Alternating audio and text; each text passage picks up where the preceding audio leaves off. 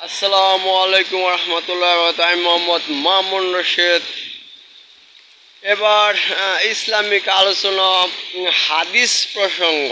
প্রথমটা,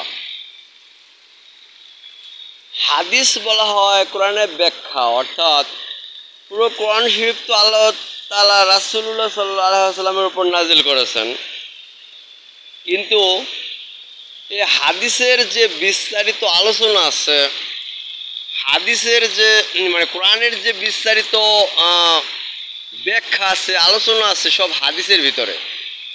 অর্থাৎ কোরআনে সংক্ষেপে আল্লাহ তাআলা সব কিছু বলে দিয়েছেন, কিন্তু হাদিসে তা বিস্তারিতভাবে, হাদিস হলো তিন প্রকার।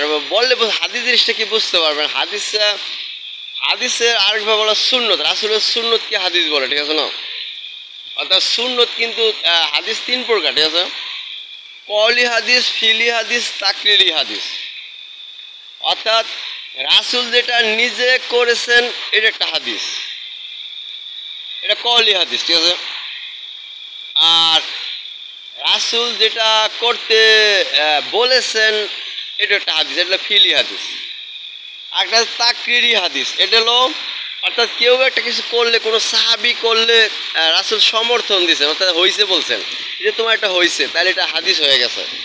অর্থাৎ রাসূলের কর্ম একটা হাদিস, রাসূল যেটা আদেশ করেছেন এটা হাদিস, রাসূল যেটা সমর্থন দিয়েছেন এটা হাদিস, ঠিক আছে না? এই জন্য হাদিস তিন প্রকার: কওলি হাদিস, ফিলি হাদিস, তাকরিরি হাদিস, ঠিক আছে না?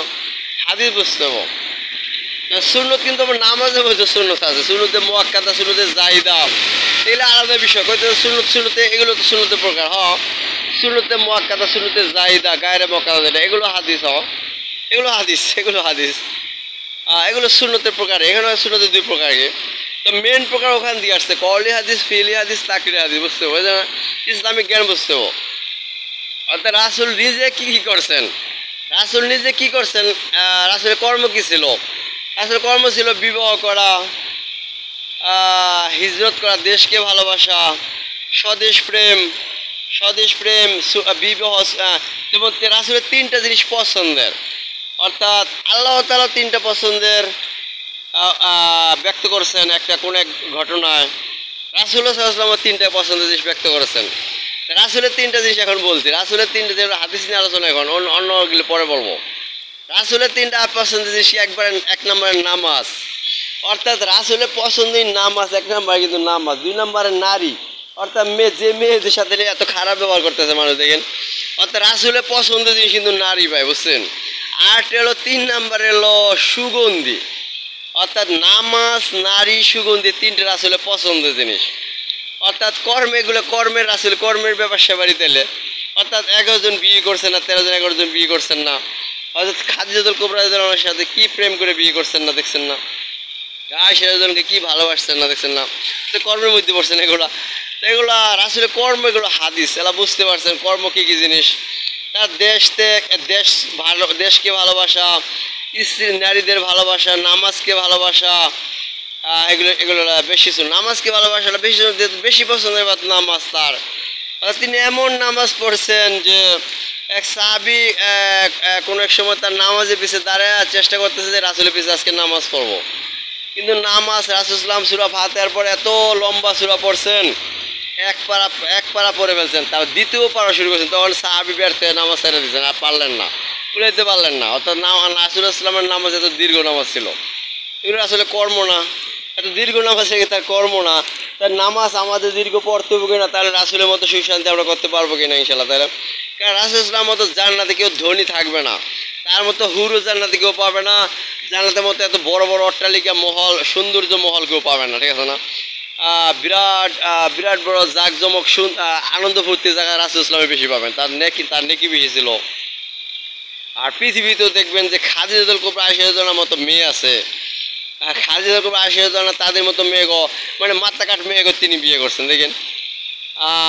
তাহলে আবার দেখেন আগের যুগে তিনটা মেয়েকে তিনি লুফে নিয়েছেন। আসিয়া ফেরাউন খোদা দাবি করছে, আসিয়াকে বিয়ে করছে নাকি, ফেরাউন কি জান্নাতে যেতে পারবে? আসিয়াকে তো মাইরা ফেলাছে, কিন্তু মাইরা ফেলাছে, আসিয়া তো জান্নাতে রাসূল ইসলামের বউ হয়ে গেছে, বউ হয়ে যাবো, রাসূল ইসলাম বউ হয়ে যাবো। আসিয়ার মতো মেয়ে আছে ভাই পৃথিবীতে? তারপরে মুসা নবীর বোন কুলসুম, কুলসুমের মতো মেয়ে নাই, দেখে জিজ্ঞেস করে দেখেন, কুলসুমের মতো মেয়ে নাই। তারপর ঈসা নবীর মা মরিয়ম, মরিয়মের মতো মেয়ে নাই। এই তিনটা মেয়ের সাথে রাসূলুল্লাহ জান্নাতে বিয়ে হবে দেখেন, এগুলো রাসূলের কর্মের মধ্যে পড়ছে দেখেন। তা পৃথিবীতে 11টা 13টা স্ত্রী, আবার আরও 3টা মনে করেন যে আগে মরে গেছে, তারা বেহেশতে বিয়ে হবে। আর কত বিলিয়ন বিলিয়ন যে হুর পাবে রাসূলুল্লাহ তো গণা বাইরে, বোঝেন না। তো আমরা হয়তো 25 কোটি তাবলিগ করলে 1,25,000 বা 25 লক্ষ হুর পাবো, তা আমরা তাবলিগ করি। কিন্তু রাসূলুল্লাহ যে কত কোটি কোটি বিলিয়ন হুর পাবো তা গণনা করে পারবো না। কারণ তার জান্নাত যে কত বড় তা কেউ বলতে পারবে না, এত বড় জান্নাত তার, বোঝেন না। এই জন্য রাসূলুল্লাহের কর্ম মানতে হবে। তার সুন্নত যে নাম আছে সে ঠকছেই, তার সুন্নত যে নাম আছে ধ্বংস হয়েছে, সে ঠকছে না, ধ্বংস হয়ে গেছে। আর একটা সুন্নত পালন করার জন্য কিন্তু মক্কা শরীফ, কাবা শরীফে অনেক মেহনত চলে দেখেন। কাবা শরীফে হজের মাধ্যমে বা 12 মাসে একটা সুন্নত আমল করার জন্য কত মেহনত করতেছে দেখেন। মদিনা মসজিদে নববীতে, মসজিদে কোবার মধ্যে কত মেহনত করতেছে দেখেন। এমনই বাংলাদেশে পৃথিবীর সমস্ত রাষ্ট্রে মসজিদ মাদ্রাসায় দেখেন, এত মাদ্রাসা, এত ছাত্রছাত্রী লেখাপড়া করাইতেছে, কি করে মানুষ সুন্নতের উপর উঠা যায়, ঠিক আছে না। অন্তত কোনো সব মেয়ে ছেলেমেয়েরা কীভাবে সুন্নতের উপর পাবন্দি হয়ে যায়, ঠিক আছে না। এই জন্য তো সুন্নতে এত দাম, ঠিক আছে না। তো সুন্নত প্রসঙ্গ প্রথমটা গেল, তারপরে হাদিস প্রসঙ্গ দিয়ে দ্বিতীয়টা ইনশাআল্লাহ সামনে। আল্লাহ হাফেজ, আসসালামু আলাইকুম রহমতুল্লাহ। সবাই সাবস্ক্রাইব করুন, লাইক করুন, কমেন্ট করুন, শেয়ার করুন, আল্লাহ হাফেজ।